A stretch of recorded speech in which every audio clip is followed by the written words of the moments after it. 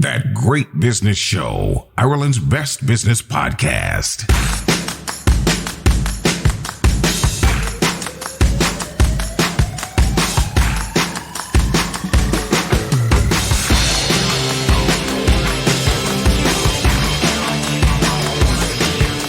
Welcome to episode 132 of That Great Business Show, posting on the 24th of March 2023.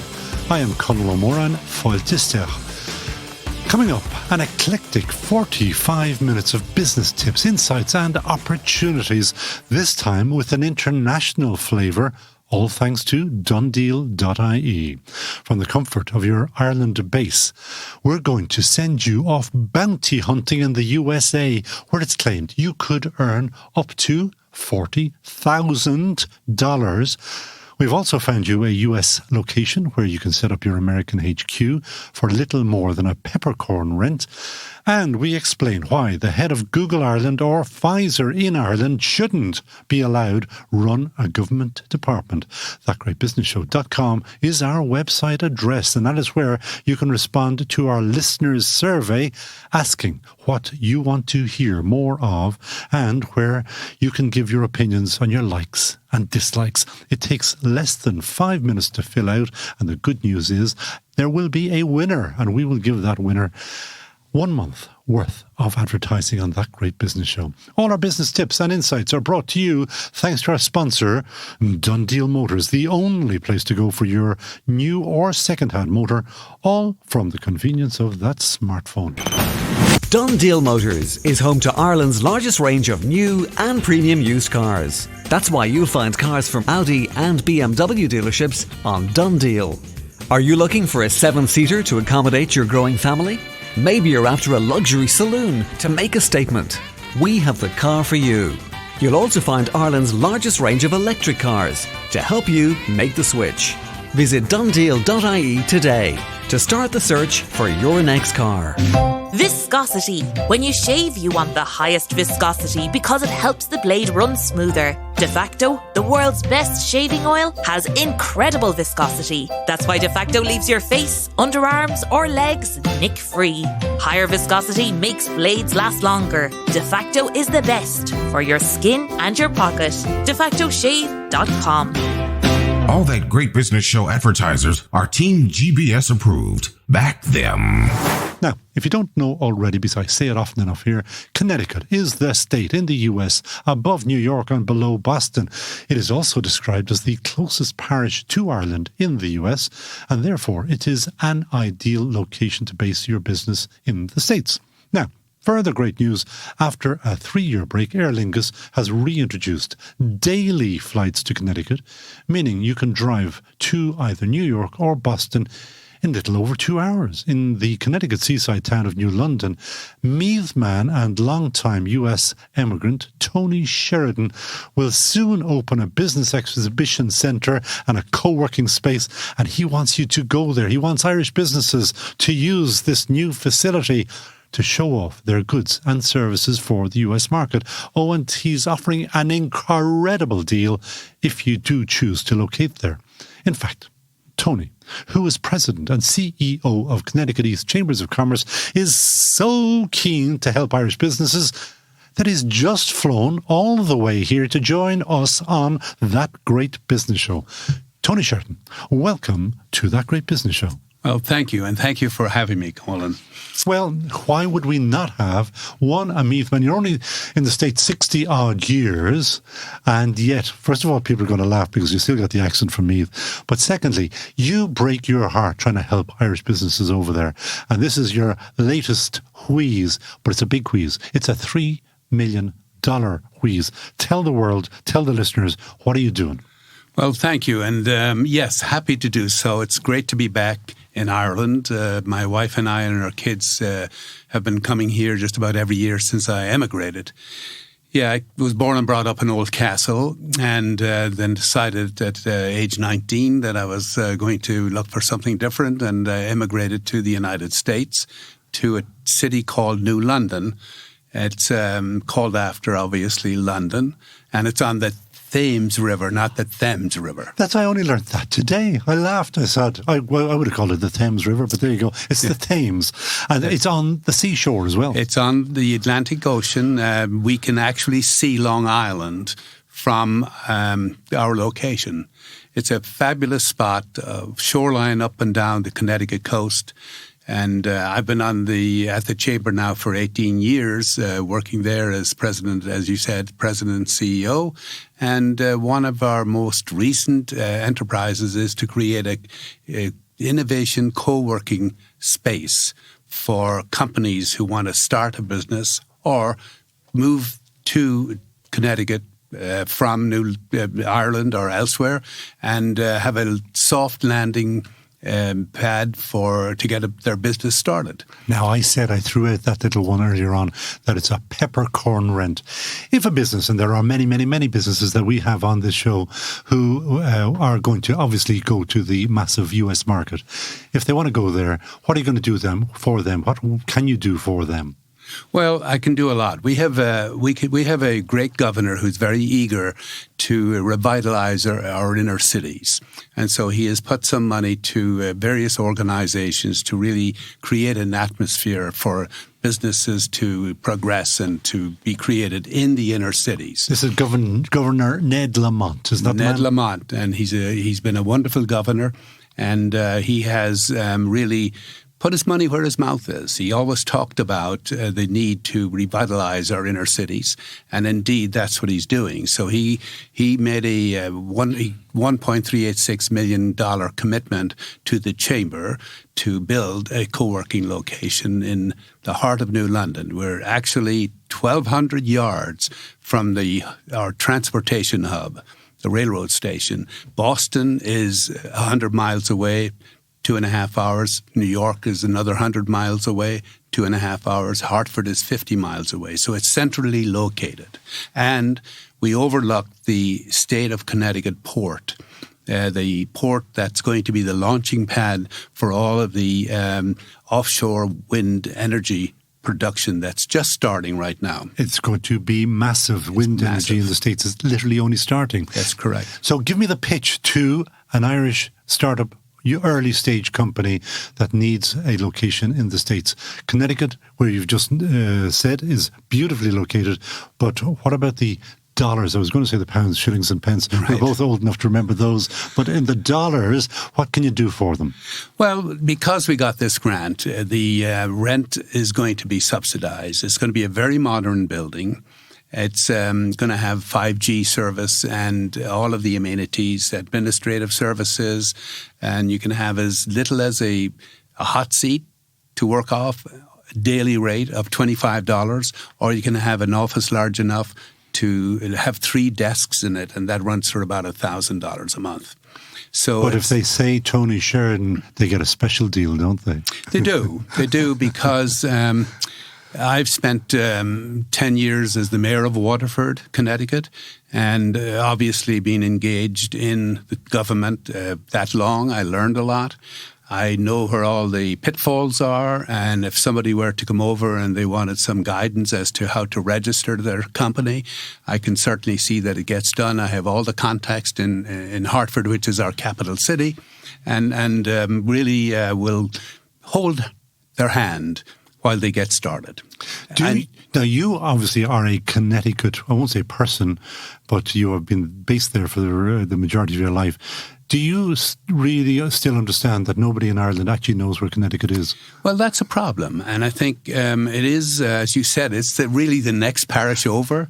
And I think that, quite frankly, first of all, it's a beautiful state. Absolutely beautiful. It's picture postcard stuff. It's the picket fence stuff. It's beautiful little laneway stuff. It's gorgeous. Correct. And as is Ireland.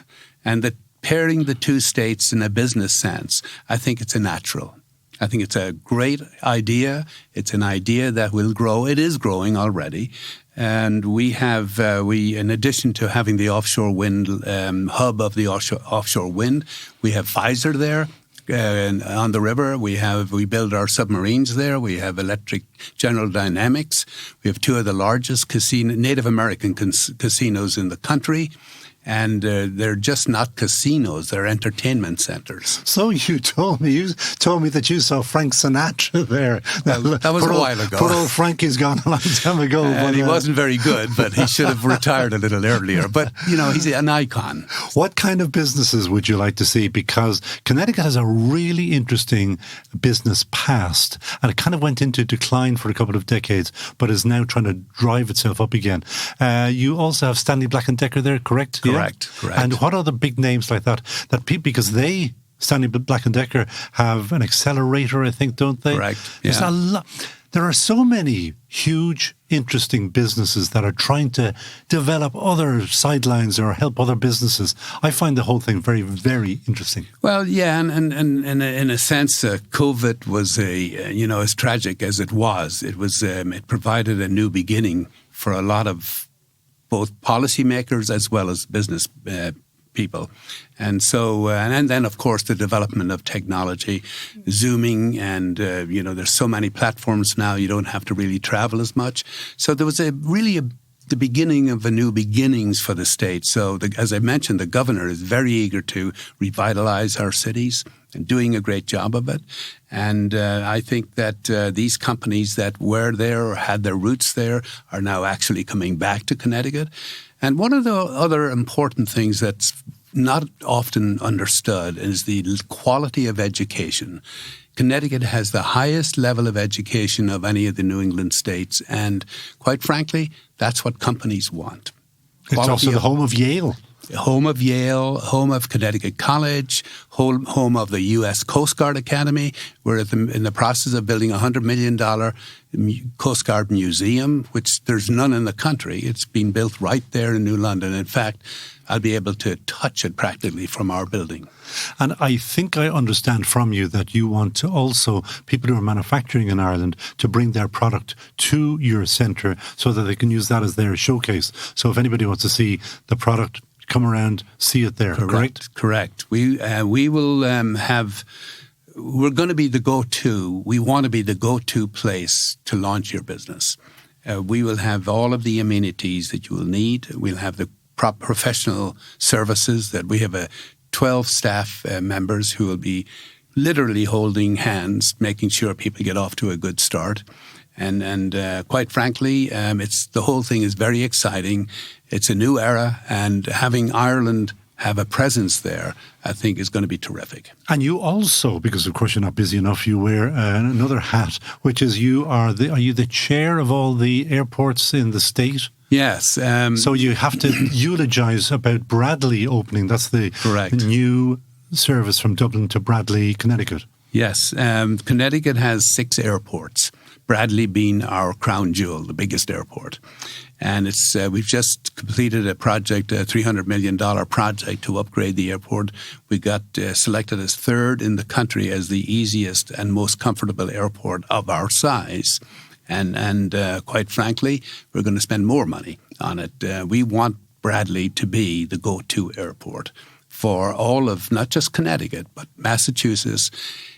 Traffic is a problem everywhere. To hop in a car and drive 100 miles on Route 95 to get into Kennedy or Boston, Logan, it's just very difficult. And we don't want to do it anymore. People want convenience. They want to be safe, and they want an easy in and out. And so I was appointed about five years ago by then Governor Malloy to be the chair of the board of the Bradley International of the Connecticut Airport Authority, and it's been a great experience. I still don't know how to fly a plane. I don't want to. I was going to say maybe we're better off not knowing. So, but it was it was a huge learning curve, and I loved it. And it is great that Aer Lingus is now going to do daily flights? Daily flights. 5 hours more or less coast to coast, am I right? Well, it was actually 4 hours and 45 minutes coming over. Wow. I had to wake my brother up at 4 a.m. to get me to pick me up at the airport. He wasn't very happy about that. But on the way back, it's about 6.5, 7 hours because of the headwinds. Okay. But it's still a very comfortable ride, and the people at Aer Lingus do a marvellous job. So for those businesses, and there are, I mean, we have them in here on the podcast every week, who will be setting up in their location in Connecticut, it's just made for them. Perfect. And what they need to do is to talk to Tony Sheridan. Isn't that correct? You'll take their email, you'll take their phone call. Absolutely. Tony Sheridan phones me on Saturday afternoons to tell me about great things about Connecticut. So he'll talk to anybody at any time, including his brother at 4:45 a.m. That's correct. And he may not be happy about it, but that's... But you and we will put it up onto the website. We'll put up your email address. Is that okay? That's perfect. Now, Yeah. you know that there's one final thing that you have to answer on this podcast. Sure. Who would Tony Sheridan hire in a heartbeat? You have to give me a name of a person that you... Conor O'Moran. Do you know what? You're the first person to have mentioned that. You're smart. I like you. Well, you're a great promoter, so... Promoter of myself, maybe. Well, you have to start there. Well, do you know what? I'm not even going to ask you for a second there. I'm going to stick with that and take my chances. It's a bit like winning at one of your casinos. We just call it quits and say, I'm ahead. Tony Sheridan, thank you so much for joining us on That Great Business Show. Thank you, Conor. It's a pleasure being here. Done Deal Motors is home to Ireland's largest range of new and premium used cars. That's why you'll find cars from Audi and BMW dealerships on Done Deal. Are you looking for a 7-seater to accommodate your growing family? Maybe you're after a luxury saloon to make a statement. We have the car for you. You'll also find Ireland's largest range of electric cars to help you make the switch. Visit donedeal.ie today to start the search for your next car. Want to increase sales, reduce overheads and provide customers with a better service? Then use Big Red Web, the easiest way to develop and maintain your website. It gives you powerful business reporting, digital marketing and automatically integrates with the award-winning Big Red cloud accounting software. It's a game changer for SME businesses. It's so good, the government gives you a €2,500 grant towards it. Big Red Web, e-commerce made simple. BigRedCloud.com/web. All That Great Business Show advertisers are Team GBS approved. Back them. I had a call from Ken Byrne, founder and CEO of Red Sky Europe, a very interesting logistics business specializing in online retailing. We've had Ken Byrne on the podcast before. Now, he rang to tell me about his brother, Tom Byrne, who's based in Florida, USA, and he's involved in a very different but equally interesting company. You may think the subject is a little offbeat, but listen carefully and you could earn yourself a bounty of up to $40,000, and that's according to Ken. Joining me now from Florida via Zoom is Tom Byrne, who is a refund specialist with his company, Clear ERC. Tom Byrne, welcome to That Great Business Show. Thank you very much, Colin. It's a pleasure to be here, and thank you for such a lovely introduction. If I was to be a little bit critical, not critical, but what would you say, optimistic, the refunds are in the hundreds of thousands. It's the most incredible program that you can ever imagine. It's a once-off. It's in response to the pandemic. It's under the CARES Act. It's called the Employee Retention Credit.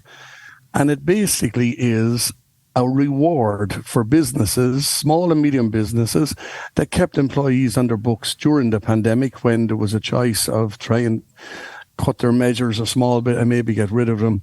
And what it basically is the IRS, the government, are giving you back 70% of what you paid to those employees. Now, that's fine and dandy, Tom, but an Irish listener, a listener in Ireland, what good is that to him or her?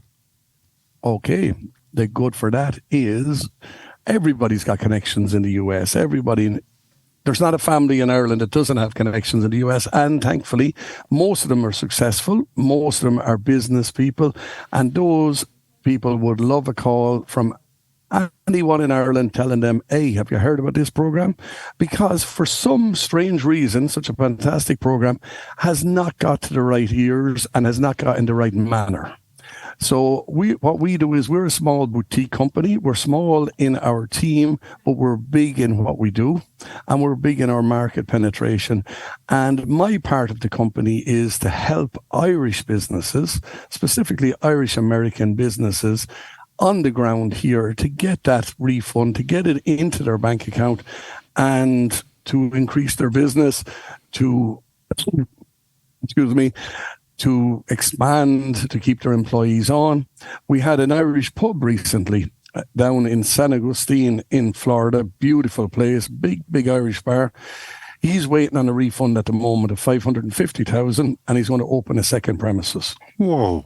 Now, Tom, I think you told me that there are 40 million businesses across the US that could or might be able to benefit from this program.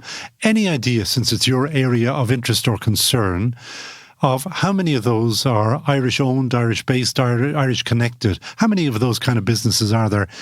Thumb in the air, finger in the air, whatever you do, of what kind of number we're talking about. All right, Conor. Well, as you know, the Irish people that came to the States, hard workers, people with vision, opened a lot of businesses, and they are responsible for small to medium businesses, 5 to 6 million. 5 to 6 million Irish American businesses out there entitled to the refund. That's a lot of phone calls on your part.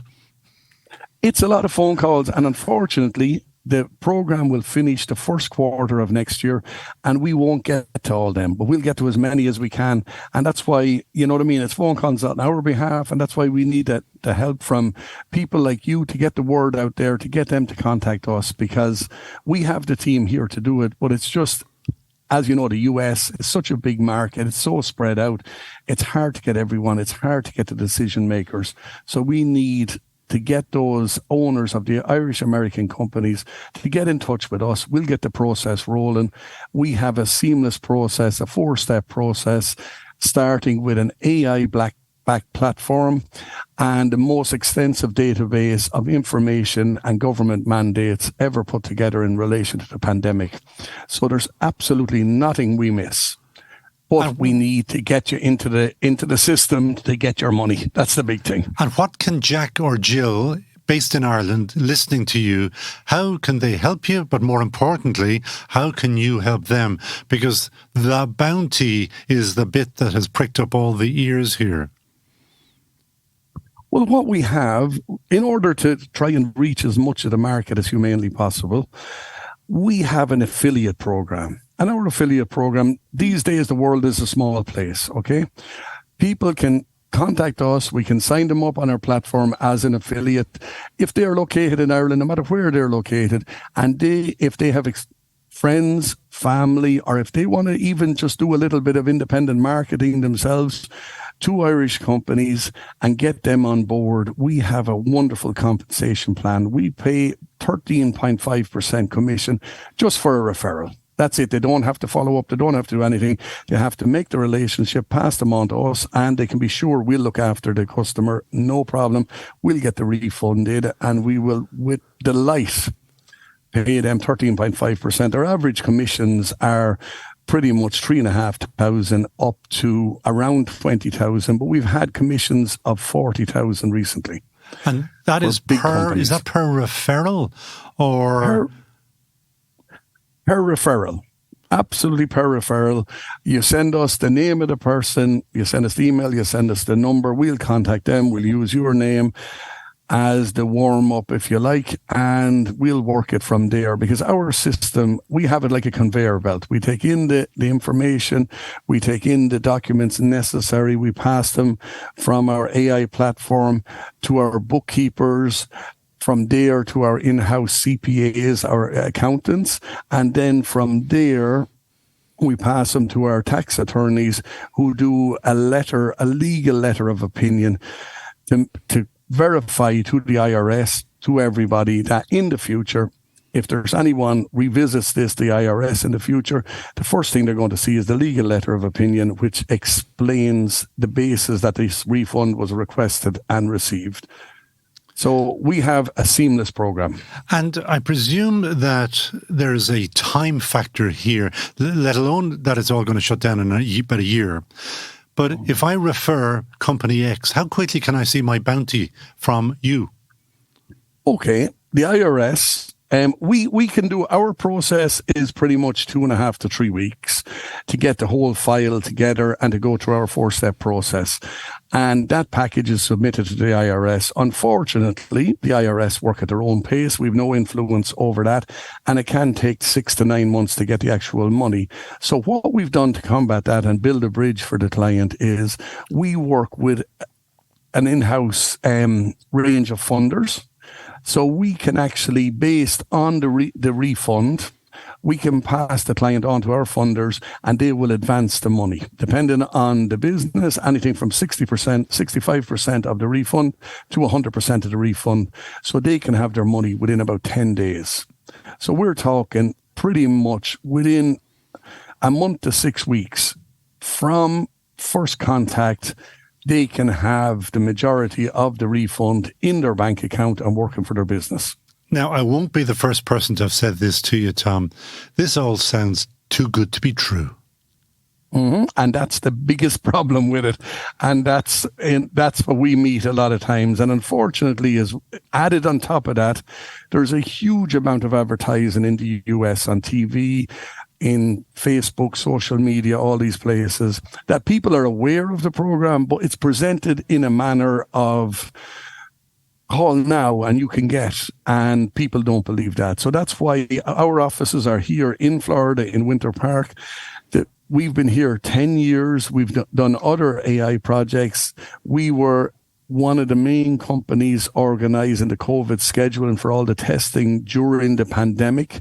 We managed all the logistics of how the people booked their tests, got to the test center, pushed all the results on to the relevant hospital doctors. We done all that logistics. We've done a program for the United Nations, the World Food Program. We done that free through some connections we had in the United Nations, asked us for help, and we gladly done that. We didn't charge them anything for it. So what we do is we're a real company. We're here on the ground. And the biggest thing we have is our 4-step verification process.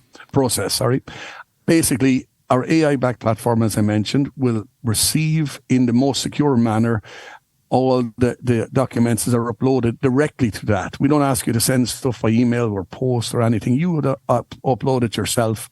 That's AI secure. That's actually medical grade secure because of our background in the COVID testing. So HEPA compliant is what that's called. Then it goes to our in-house bookkeepers. They cross the I's, dot the T's, the whole lot. Then it goes to our CPAs. Now, our CPA signs off on it. So his name is with the file. This is a professional accountant. If there's anything wrong in the future, his neck's on the chopping block. From there, it goes to either our lawyers, who will do an independent letter of comfort, okay, or to your lawyers, the client's lawyers. It's up to them. So basically, our 4-step process cuts out any problems. It gives security to the client. They know who we are, and we invite them to the office. We have no compunction in that. We delight in people coming to our office. It happens all the time. And we work with them so they know we're real. And the company that you are working with is Clear ERC. What does ERC stand for? Employment Retention Credit. Okay. Which is a bit confusing. It's because it's not a credit. It should be employment retention refund. Well, that's what the government called it, so we got to go with, because it is an actual refund. It's not a credit. It's a check that comes from the IRS. You pop it into your bank account and off you go. And you want to hear from anybody listening to this podcast, get in touch with Tom Byrne at Clear ERC. How best to contact you? The best way is Tom at clearerc.com. That's easy. That's as clear as clear. Come here to me. Before we let you go, you have to answer one hard question. Who would Tom Byrne hire in a heartbeat? Who would we hire in a heartbeat? Well, the thing about it is, to work for us, we don't even have to hire you. We just have to upload you onto our platform as an affiliate. We will give you all the training online. We will have you up and running within 2 training sessions, 3 hours. You will have enough information to present to clients, to friends, to families who have businesses in the US. We will get them a huge refund and we'll gladly give you your commission and be delighted to have you on board as part of the Clear ERC team. There are 2 sound engineers looking in at me here, and I think that they'll be signed up within about 5 minutes of hearing this. Oh, tell them to do it. Believe me, it's crazy. It's unbelievable how simple it is. It's not going to last forever. And it's a pity they don't have it in Ireland, I'll be honest with you. Okay. Tom Byrne, do keep in touch and tell us how you get on, and do tell us how many bounty hunters you got from that great business show. Thank you very much, Conor. It's been a pleasure. Done Deal Motors is home to Ireland's largest range of new and premium used cars. That's why you'll find cars from Audi and BMW dealerships on Done Deal. Are you looking for a 7-seater to accommodate your growing family? Maybe you're after a luxury saloon to make a statement. We have the car for you. You'll also find Ireland's largest range of electric cars to help you make the switch. Visit donedeal.ie today to start the search for your next car. De facto shaving oil, the world's best shaving oil. Made in Mayo, sold worldwide. All that great business show advertisers are Team GBS approved. Back them. Our next guest was with us recently on That Great Business Show. We love him because he says it like it is. You should read Conor Skehan's weekly column in the Sunday Indo. If nothing else, it should make you think. On episode 128, he asked whether your town was fit for business, and today he is talking to us about why good governance is vital to business. Conor Skehan, welcome back to That Great Business Show. Thank you. Lovely to be back. It's been a long time. Thank you. And one of the things that you have prepped me to ask you or to flag for you is that you are, I should have actually explained, you were at one stage ahead of TUD, that's Technological University of Dublin's Department of Environment and Planning, and that you have the whole planning background, as well as you were politically aligned and you have written programmes for government. Accidental tourist, you can call me that. And before people reach for their off button, there are sort of understandings that business, for instance, and politics never mix. You don't talk about religion, you don't talk about business, you don't talk about politics all in the same voice. I'm kind of going against that piece of wisdom for a reason. So I'm not going to talk about any particular party or anything like that. I'm going to talk about governance.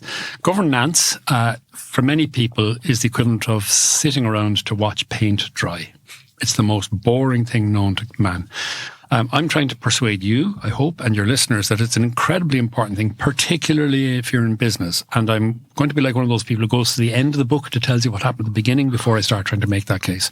And the case I'm going to try to make is that politics goes wrong when ordinary people, who are the people who run the country every day of the week, and a lot of them would be your listeners, when they back out of the system. They've got to become involved in the system as councillors for whatever party, as TDs for whatever party, as party activists and canvassers for whatever party. I don't care. The important thing is that you participate. And the reason that you participate is what I'm going to try and get around to in a minute, which is to say that when you do participate, we've got to all agitate to have that participation be as low as possible. Okay, so that's the punchline, so to speak. Coming to the beginning of it, what made me do it was after writing one particular programme of government where I ended up literally doing the whole thing on my own, the brand new Taoiseach, I won't name him, said to me, okay, you can have anything you like. You've got me in. I said, what would you like? And what's the bee in your bonnet? And I knew in a heartbeat what I wanted.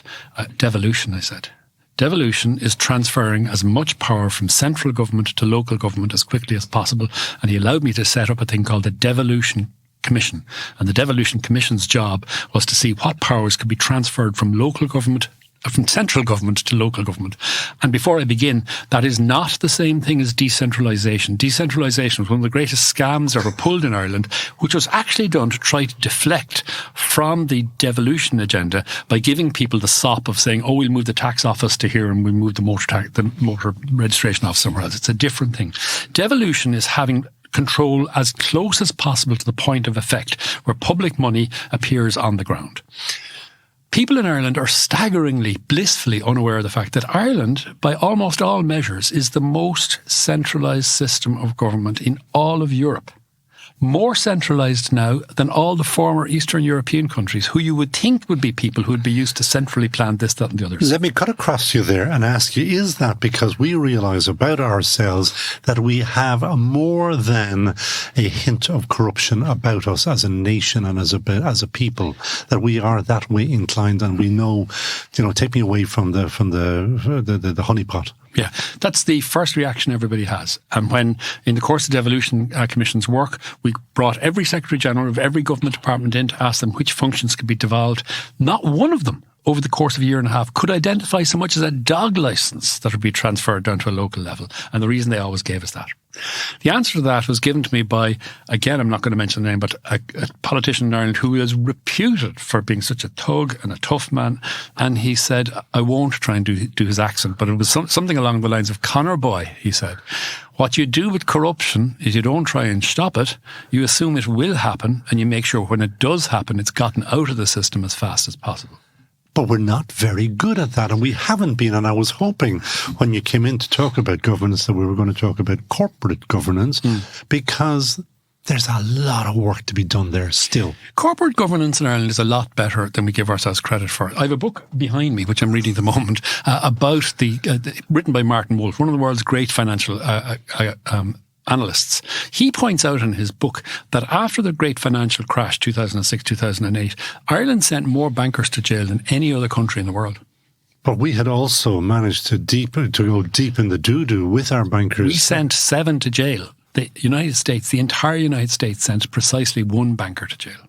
The US has a judicial system that actually does send people away for long terms. But in that case, they didn't, and they weren't bankers. The point is, we have systems here of correction. What we lack, with no disrespect to yourself, is the faith in those systems, to lean into them.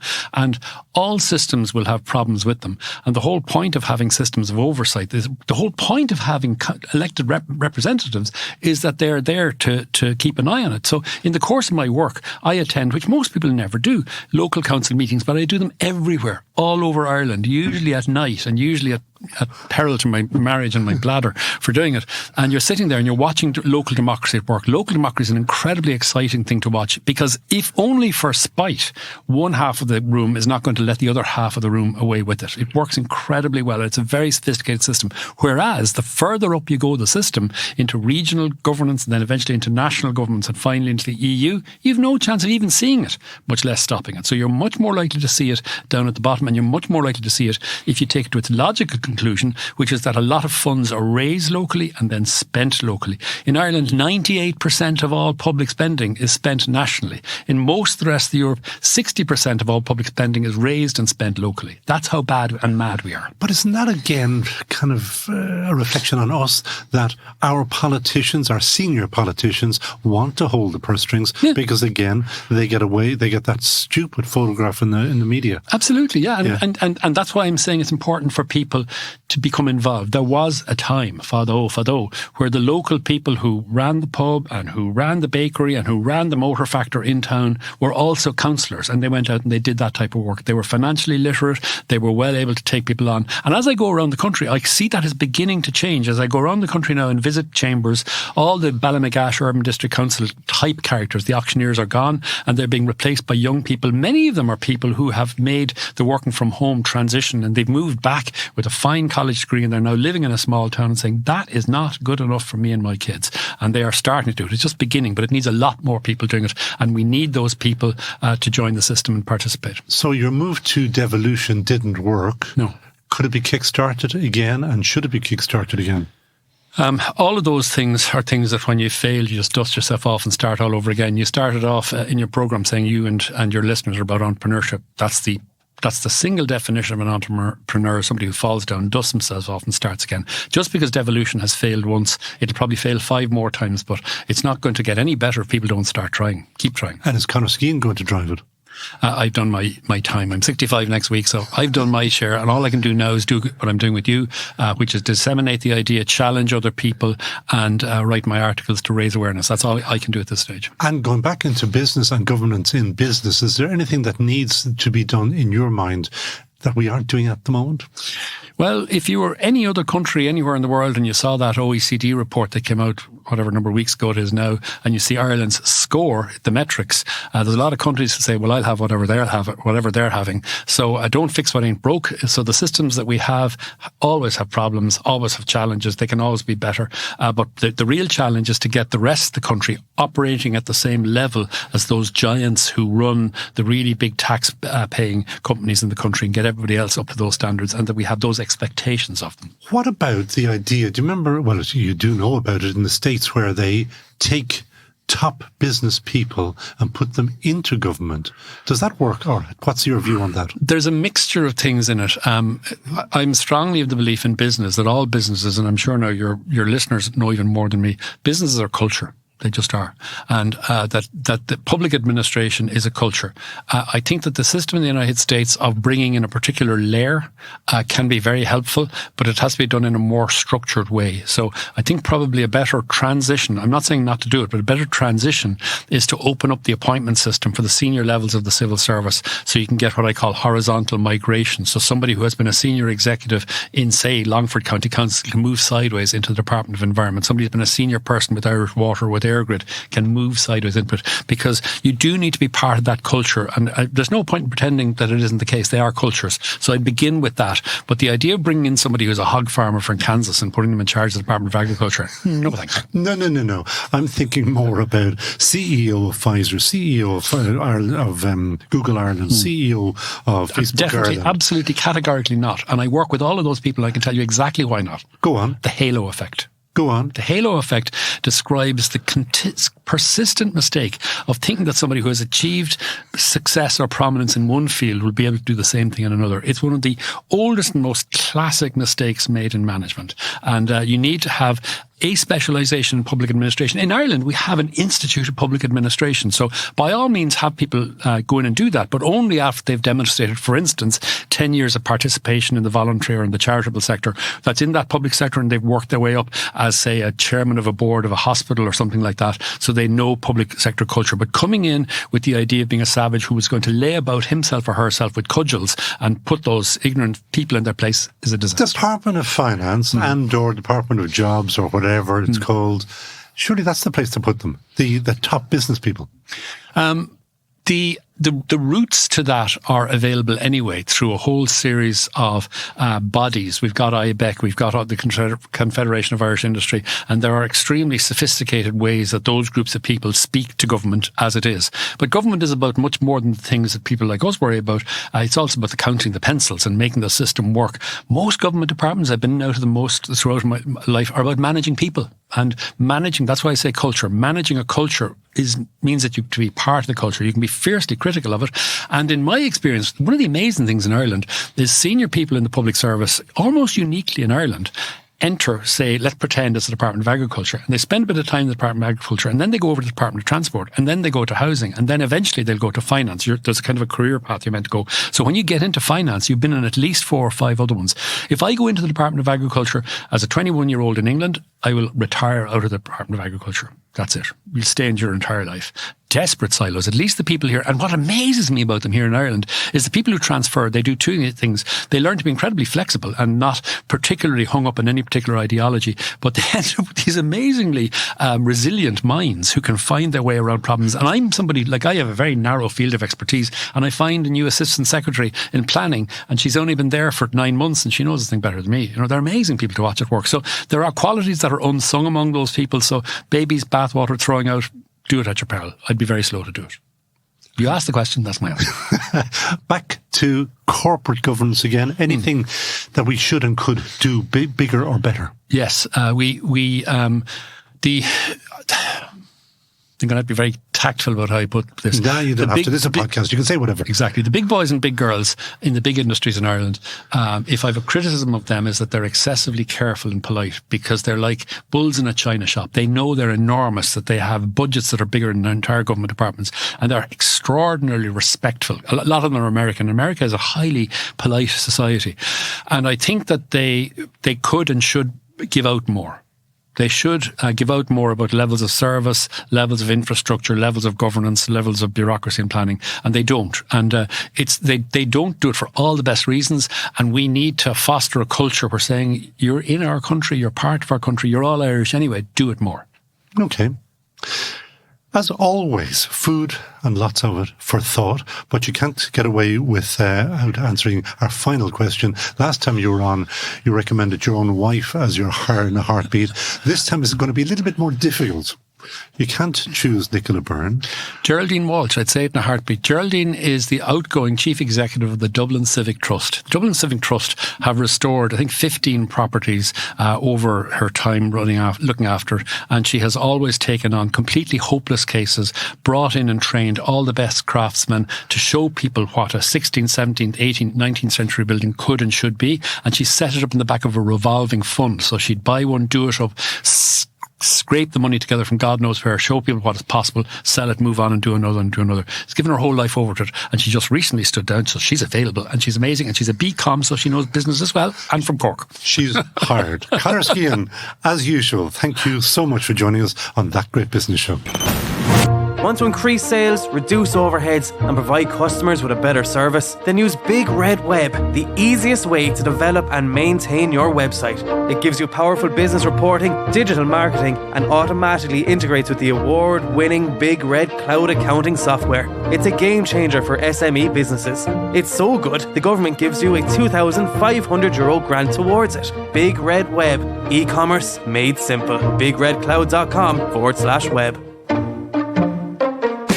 De facto shaving oil, made only from natural oils. Nothing nasty on your skin. All That Great Business Show advertisers are Team GBS approved. Back them. And that's it from That Great Business Show, episode 132. 45 minutes of business insights and inspiration, thanks to our sponsor, Dundeal.ie. And that is the place to find your next car, new or second-hand. Please do take our survey so we can find out how better we can serve you. You'll find it on the website, thatgreatbusinessshow.com. And one lucky listener is going to get a prize of a month's worth of advertising on That Great Business Show. And it all takes less than 5 minutes.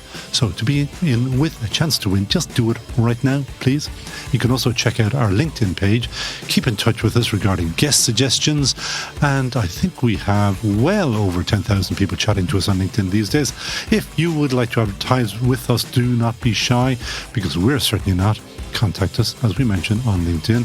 We record at the Dublin South Podcast Studios, where Lee Bounty Hunter Brennan is today's sound engineer. Later, Neil Horner will add his spit and polish to make us the best-sounding podcast on the planet. So from me, Conor O'Moran, míle buchas for listening, agus slán Tommy.